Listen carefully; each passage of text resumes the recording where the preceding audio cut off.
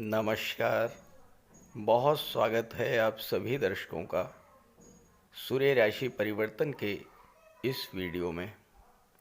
सूर्यदेव का नीचभंग राजयोग 17 अक्टूबर से 16 नवंबर 2024।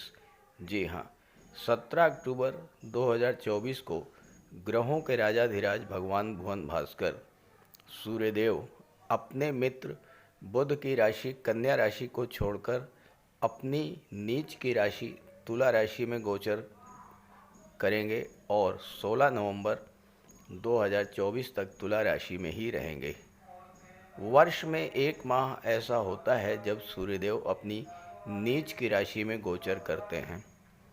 जब सूर्य नीच के होते हैं तो व्यक्ति के आत्मविश्वास में कमी आती है, शासन प्रशासन से जुड़े हुए कार्यों में बाधा आने लगती है, जीवन में संघर्ष बढ़ जाता है और जो लोग सरकारी नौकरी में हैं उनके लिए समय थोड़ा कठिन होता है।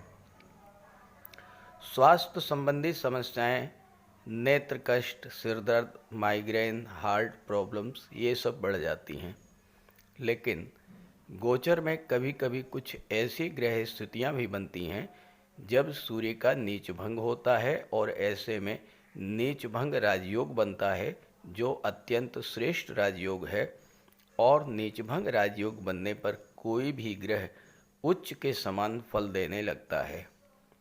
देखिए, जिस ग्रह का गोचर नीच की राशि में है, अगर उसकी युति किसी शुभ ग्रह से बन जाए या किसी शुभ ग्रह की उस पर दृष्टि पड़ जाए तो नीचभंग हो जाता है।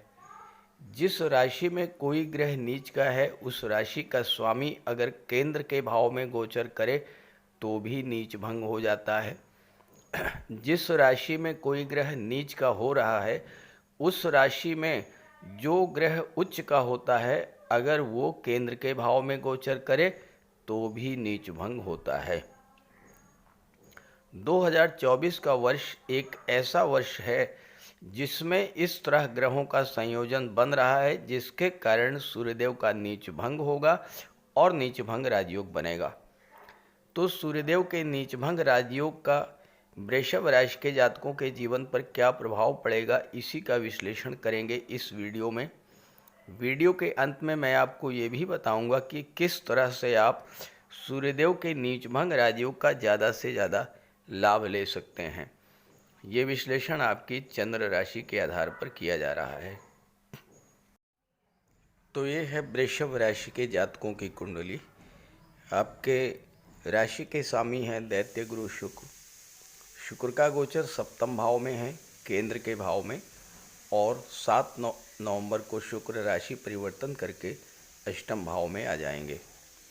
शनिदेव दशम भाव में हैं, केंद्र के भाव में, और सूर्य छठे भाव में बुध के साथ गोचर कर रहे हैं। तुला राशि में सूर्य नीच के हो जाते हैं, लेकिन जैसा मैंने बताया पहला जो सूत्र है कि अगर किसी शुभ ग्रह के साथ नीच के ग्रह का गोचर हो तो नीच भंग होता है। तो 28 अक्टूबर तक बुध के प्रभाव से सूर्य का नीच भंग होगा और नीच भंग राजयोग बनेगा। दैत्य गुरु शुक्र सप्तम भाव में है जो कि केंद्र का भाव है। दूसरा सूत्र ये कहता है कि कोई ग्रह जिस राशि में नीच का हो रहा है उसका स्वामी अगर केंद्र में हो। सूर्य तुला राशि में नीच के हो रहे हैं, तुला राशि के स्वामी शुक्र हैं और शुक्र 7 नवंबर तक केंद्र के भाव में रहेंगे। तो 7 नवंबर तक शुक्र के प्रभाव से सूर्यदेव का नीच भंग होगा। तीसरा सूत्र कहता है कि जिस राशि में कोई ग्रह नीच का हो रहा है उस राशि में जो ग्रह उच्च का होता है अगर वो केंद्र में हो। तुला राशि में सूर्य नीच के हो रहे हैं, तुला राशि में शनिदेव उच्च के होते हैं और शनिदेव केंद्र के भाव में गोचर कर रहे हैं दशम में। तो इस तरह से 17 अक्टूबर से 16 नवंबर तक ट्रिपल नीचभंग राजयोग बनेगा। बुध के द्वारा, शुक्र के द्वारा और शनि के द्वारा, तीनों ही ग्रहों के द्वारा सूर्य का नीचभंग होगा और ट्रिपल नीच भंग राजयोग बनेगा। आइए इस समझते हैं कि वृषभ राशि के जातकों को सूर्य के नीच भंग राजयोग बनने का क्या क्या लाभ मिलेगा। सूर्यदेव कुंडली के छठे भाव में नीच भंग राजयोग बना रहे हैं, बुध के साथ हैं। बुध पंचम भाव के स्वामी हैं। पंचम भाव का स्वामी छठे भाव में सूर्य के साथ जब नीच भंग राजयोग बनाएगा तो छात्रों के लिए ये समय जबरदस्त लाभ देने वाला होगा। तुला राशि के वो जातक जो प्रतियोगी परीक्षाओं की तैयारी कर रहे हैं, नौकरी की तलाश में हैं, रोजगार की तलाश में हैं, उन जातकों के लिए सूर्य का नीच भंग राजयोग बनाना नौकरी की दिशा में उनके कदमों को बहुत तेजी से आगे बढ़ाने वाला होगा। छठा भाव नौकरी का होता है। सूर्य सरकारी नौकरी के कारक होते हैं।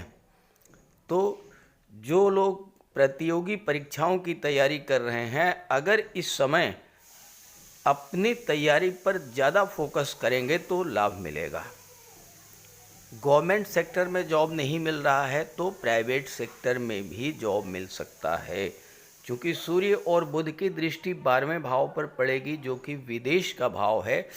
इस समय किसी विदेशी कंपनी, किसी मल्टीनेशनल कंपनी में कंप्यूटर कम्युनिकेशन मैनेजमेंट के क्षेत्र में या प्रशासनिक पद पर आपको नौकरी मिल सकती है। छठा भाव सर्विस सेक्टर को शो करता है। जो लोग प्रोफेशनल्स हैं, वकालत के क्षेत्र से, मेडिकल के क्षेत्र से, नर्सिंग या कंसल्टेंसी के क्षेत्र से जुड़े हुए हैं, जो लोग शिक्षा के क्षेत्र से जुड़े हैं, कोचिंग का कार्य करते हैं, या जो लोग सोशल सर्विस, समाज सेवा और राजनीति से जुड़े हैं, उनके लिए भी ये समय बहुत बेहतर होने वाला है। बुध व्यापार के कारक होते हैं और 28 अक्टूबर को बुध कुंडली के सप्तम भाव में आ जाएंगे। शुक्र के साथ 7 नवंबर तक लक्ष्मी नारायण योग बनाएंगे। तो बिजनेसमैन के लिए भी ये समय बहुत अच्छा रहेगा। आर्थिक दृष्टि से जबरदस्त लाभ मिलेगा इस गोचर काल में। छठे भाव में सूर्य मैटीरियल गेन के लिए बहुत अच्छे माने जाते हैं। आर्थिक दृष्टि से बहुत अच्छा रहेगा ये समय। किसी तरह के कर्ज से आप परेशान हैं तो इस समय आपको कर्ज से मुक्ति का मार्ग मिलेगा। बिजनेस ग्रो करने के लिए अगर आप लोन लेना चाहते हैं बैंक से तो आपको लोन भी इस समय मिल सकता है। सूर्य आरोग्य के कारक होते हैं तो स्वास्थ्य का लाभ होगा। सूर्य राजा हैं। राजा के प्रत्यक्ष शत्रु नहीं होते, लेकिन गुप्त शत्रुओं से आपको सावधान रहना होगा। सूर्य आपकी इंट्यूशन पावर को बढ़ा देंगे। आप छुपे हुए शत्रुओं को पहचान लेंगे और उन्हें पराजित करेंगे। कोर्ट कचहरी के मैटर्स में भी राहत दिलाएंगे। छठे भाव में सूर्य के प्रभाव से आप अच्छे प्रशासक बन सकते हैं। आपके मान सम्मान में वृद्धि होगी।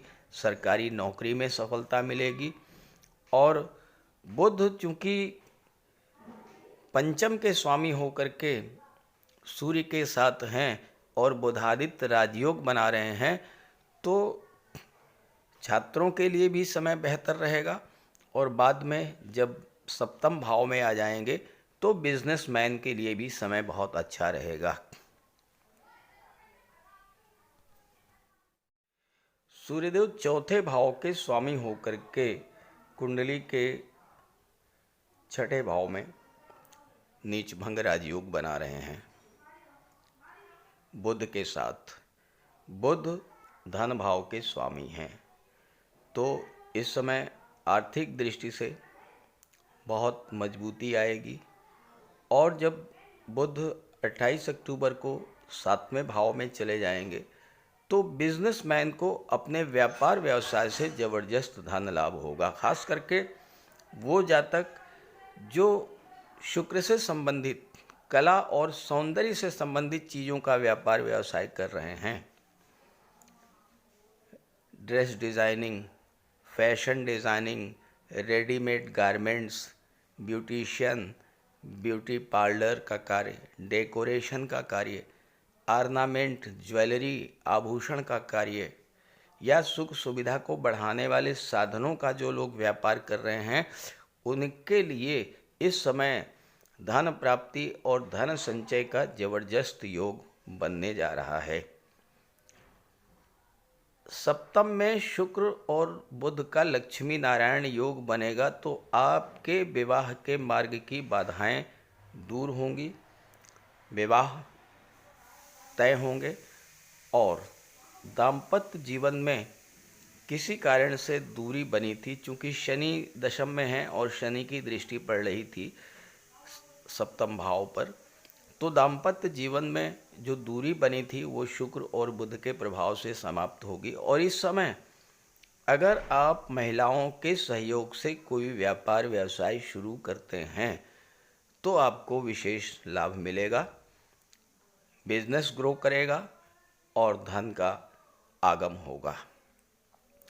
सूर्य चौथे भाव के स्वामी हैं, सूर्य राजा हैं, चौथा भाव सुखों का भाव है, तो राजसी वैभव, राजसी सुख आपको प्रदान करेंगे। शनि की दृष्टि पड़ रही है, शनि के प्रभाव से सूर्य का नीच भंग हो रहा है, तो इस समय भूमि भवन प्रॉपर्टी का भी लाभ मिलेगा। आपकी सामाजिक प्रतिष्ठा बढ़ेगी, आपकी मित्रता ऐसे लोगों से होगी जो शासन सत्ता में उच्च पदों पर हैं या आर्थिक दृष्टि से बहुत मजबूत हैं। चूँकि बुध भी साथ में है तो आपका सोशल सर्किल भी हाई स्टेटस वाले लोगों का होगा और आपके अपने संबंधों का लाभ मिलेगा। चौथे भाव का स्वामी जब छठे भाव में गोचर करता है तो चौथे भाव की चीज़ों को प्राप्त करने के लिए अगर आप कोई लोन लेना चाहते हैं तो उसमें बहुत हेल्प करता है वो प्लेनेट। आप कोई होम लोन लेना चाहते हैं, व्हीकल लोन लेना चाहते हैं, इंस्टॉलमेंट्स पर घर की सुख सुविधा को बढ़ाने वाले साधन क्रय करना चाहते हैं, तो इस कार्य में सूर्य आपकी पूरी तरह से सहायता करेंगे। आसानी से आपको बैंक लोन मिल जाएगा और आपके घर में सुख सुविधा के साधनों में वृद्धि होगी। सूर्य आपका स्टेटस ग्रो करेंगे, मान सम्मान में वृद्धि करेंगे, लेकिन आपको अपने अहंकार और ईगो से बचकर के चलना होगा, अन्यथा आपके परिवार में तनाव की स्थिति बढ़ सकती है। प्रॉपर्टी को लेकर आपका ईगो क्लैश कर सकता है और जो लोग हार्ट पेशेंट हैं उन्हें विशेष सावधानी भी बरतनी होगी। सूर्यदेव की दृष्टि 12वें भाव पर पड़ेगी और बुध की भी दृष्टि 12वें भाव पर पड़ेगी, तो 12वें भाव के अशुभ प्रभाव में कमी आएगी और शुभ प्रभाव में वृद्धि होगी। पहला प्रभाव तो यही होगा कि आपके खर्चों में कमी आएगी। बुध आपकी बुद्धि के कारक हैं, इंटेलिजेंस के कारक हैं, सूर्य आपके आत्मबल आत्मविश्वास के कारक हैं। इस समय आपकी बुद्धि, आपका बल 12वें भाव की चीज़ों पर होगा, तो आपका फोकस ज़्यादा से ज़्यादा इस बात पर रहेगा कि किस तरह से फालतू खर्चों को कम किया जाए। और चूंकि बुध धन के भाव के भी स्वामी हैं, तो आपका फोकस, आपकी बुद्धि इस बात पर लगेगी कि किस तरह से बचत को बढ़ाया जाए और किस तरह से निवेश को बढ़ाया जाए। क्योंकि बुध पंचम के स्वामी हैं, पंचम शेयर मार्केट स्टॉक मार्केट का होता है। बुध जो हैं ये शेयर मार्केट के कारक होते हैं, तो ये जो गोचर काल है 17 अक्टूबर से 16 नवंबर का, ये शेयर मार्केट में निवेश करने के लिए भी बहुत उपयुक्त, बहुत अनुकूल समय रहेगा। हालांकि एकदम से कोई बड़ा निवेश मत कीजिएगा, लॉन्ग टर्म के लिए छोटा छोटा निवेश कीजिएगा, तो आपको इस समय विशेष लाभ मिलेगा। 12वां भाव विदेश का होता है। जो लोग विदेश से जुड़े हुए हैं उनके लिए समय बहुत अच्छा है। जो लोग विदेश जाने का प्रयास कर रहे थे लेकिन सफलता नहीं मिल रही थी, उनका विदेश जाने का सपना पूरा होगा। पासपोर्ट है, वीज़ा है, वर्क परमिट है, इस तरह की समस्याएं जो गवर्नमेंट से जुड़ी हुई थी, क्योंकि सूर्य गवर्नमेंट को शो करते हैं, आपके विदेश जाने के संबंध में सरकार की तरफ से जो कार्य किया जाना था, जो लाभ दिया जाना था, वो आपको मिलेगा। आपका विदेश जाने का सपना इस समय पूरा होगा।